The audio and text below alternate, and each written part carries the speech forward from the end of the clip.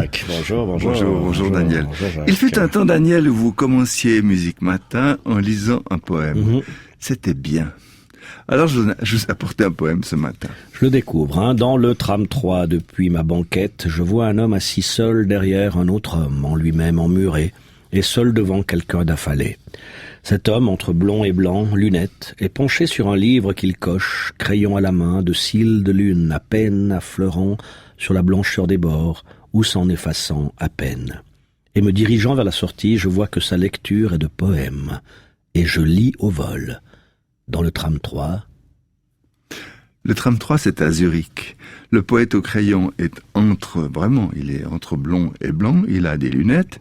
Il s'appelle Markus Heidegger. Il a publié des nouvelles en allemand.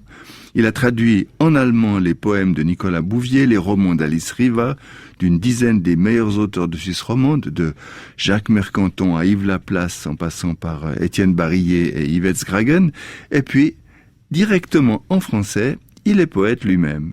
De la poésie francophone qui éclot à Zurich dans le cerveau d'un germanophone, le cas rarissime d'un auteur qui écrit dans une langue qui n'est pas sa langue maternelle et dont il n'habite pas le territoire.